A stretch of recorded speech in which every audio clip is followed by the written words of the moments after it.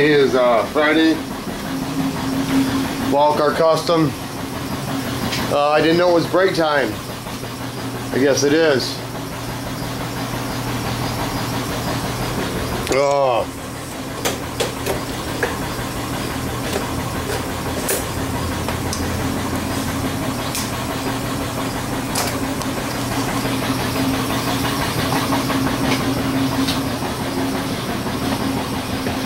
First off, the compressor,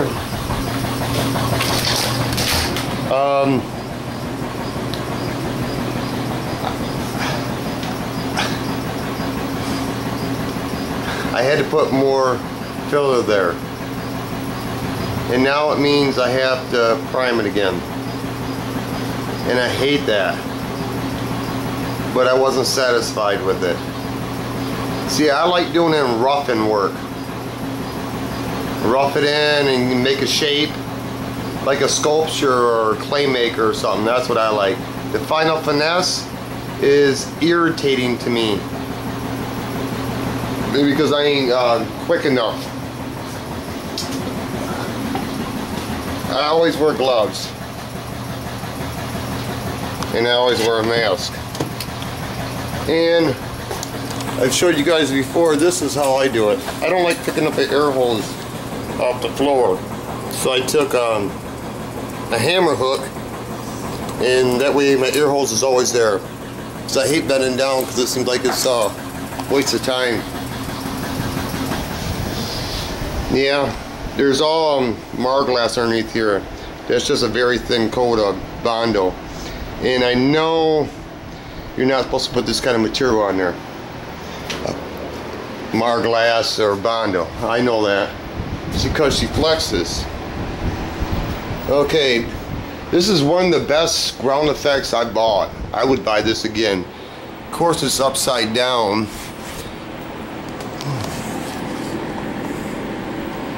It's CE something VINS. It actually fits really well. Paid like $250 for the front spoiler. Well, I started filling this in, and then I realized it was ground down there.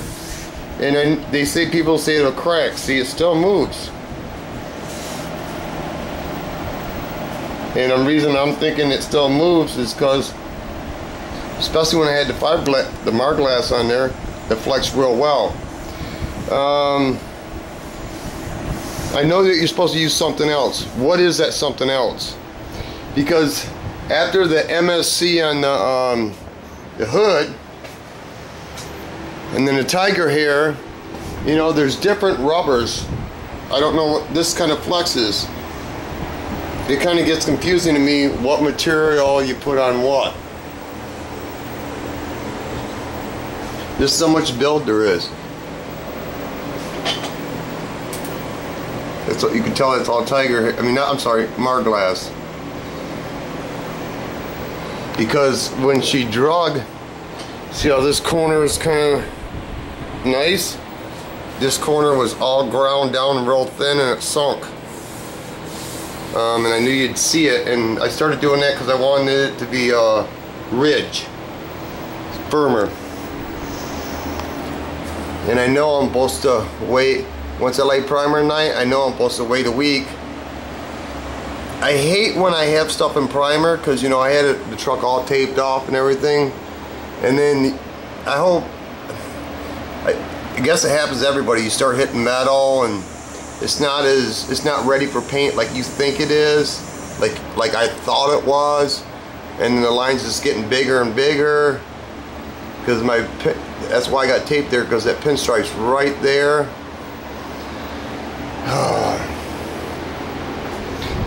Anyway, I see some people are concerned about consumables. Consumables are fiberglass, Bondo, fiberglass. See, yep, there's waste right there. Do I like waste stuff? No, but this is the way I look at it. See, I did it in different layers. I didn't just fucking pig it all on. Okay, my rule of thumb is, let me shut the fan off.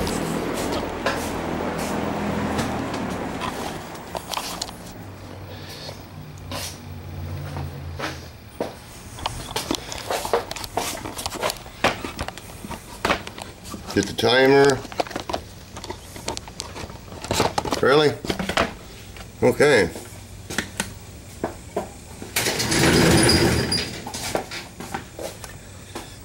Maybe there's people out there that can, I'm sure there's a lot of people out there that can do a lot of things better than I can.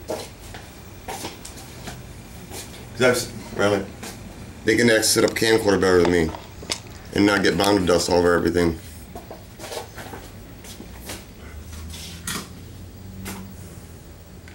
Probably should cover that up too. Well, whatever.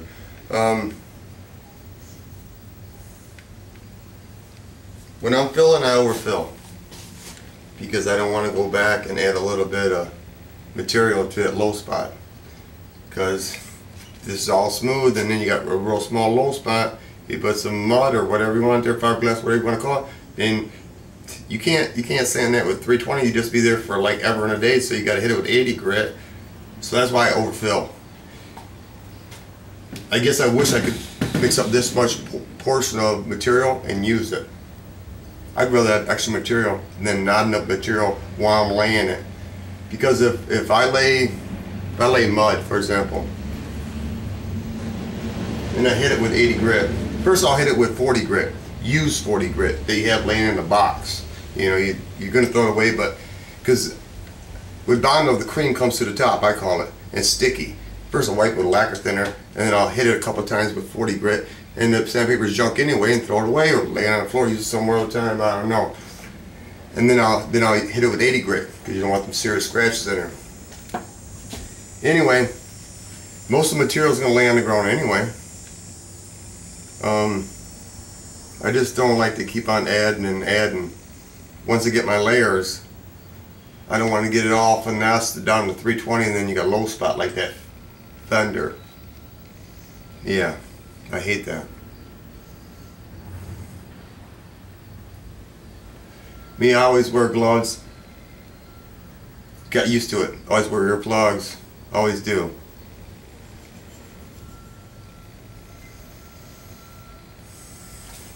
Oh, Mike, 86 Camaro Mike was asking me about my little light fixture. Because he don't have enough light at a place where he works and he wanted something that's portable. It's really easy to make. You're gonna laugh. It's nothing but a bunch of zip ties and pop rivets, for real.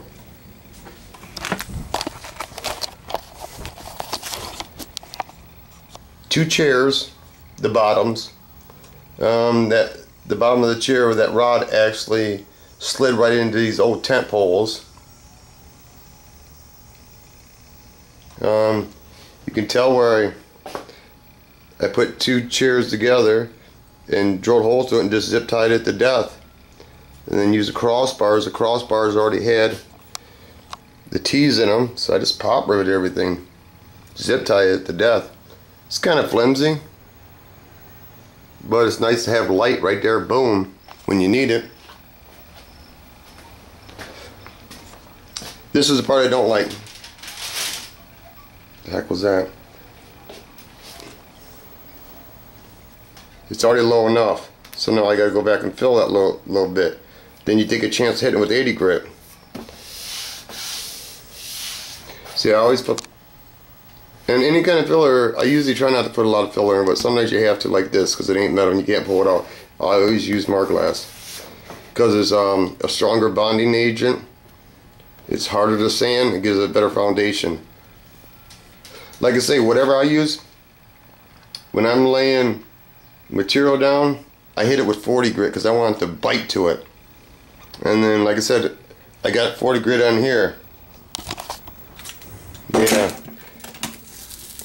Yeah, that's 40 grit. But I only run it so far to the Marglass. And what I did is, this is what is it? Merca. I cut the pad down Made it to a small pad because I got tired of when you run your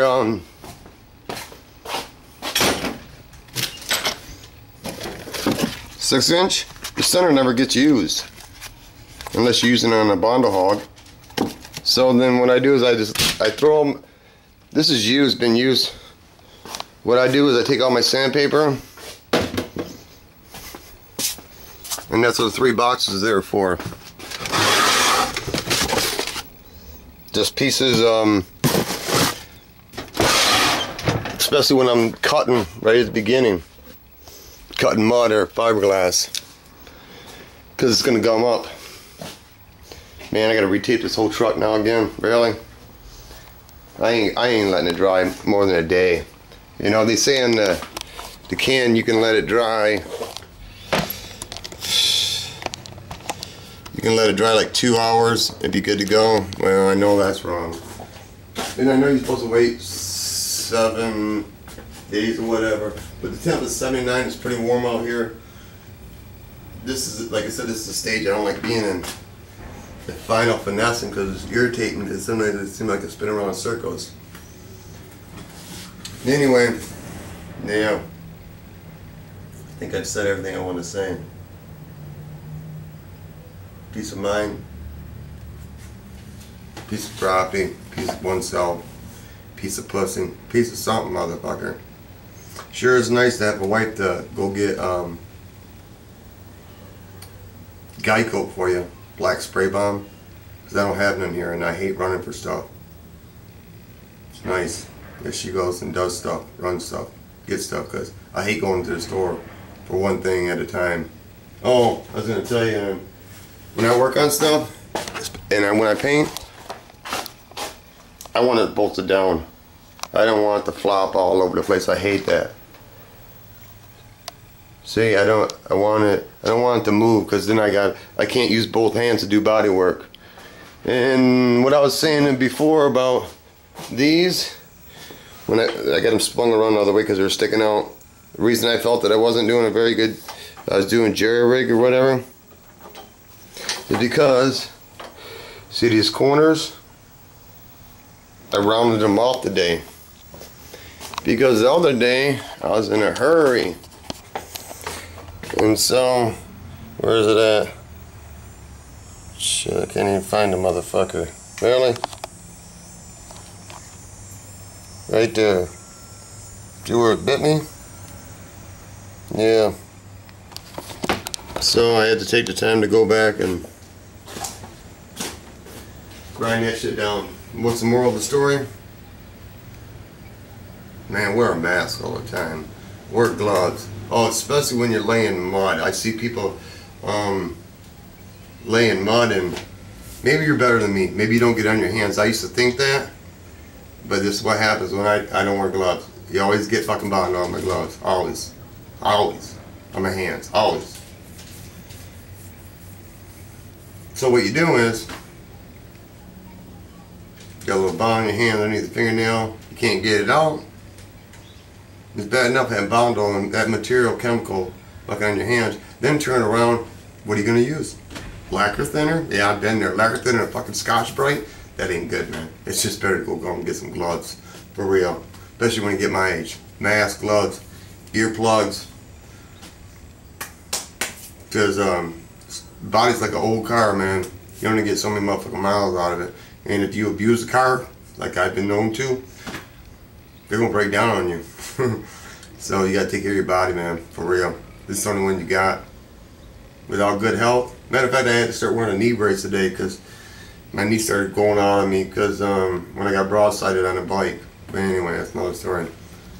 Peace.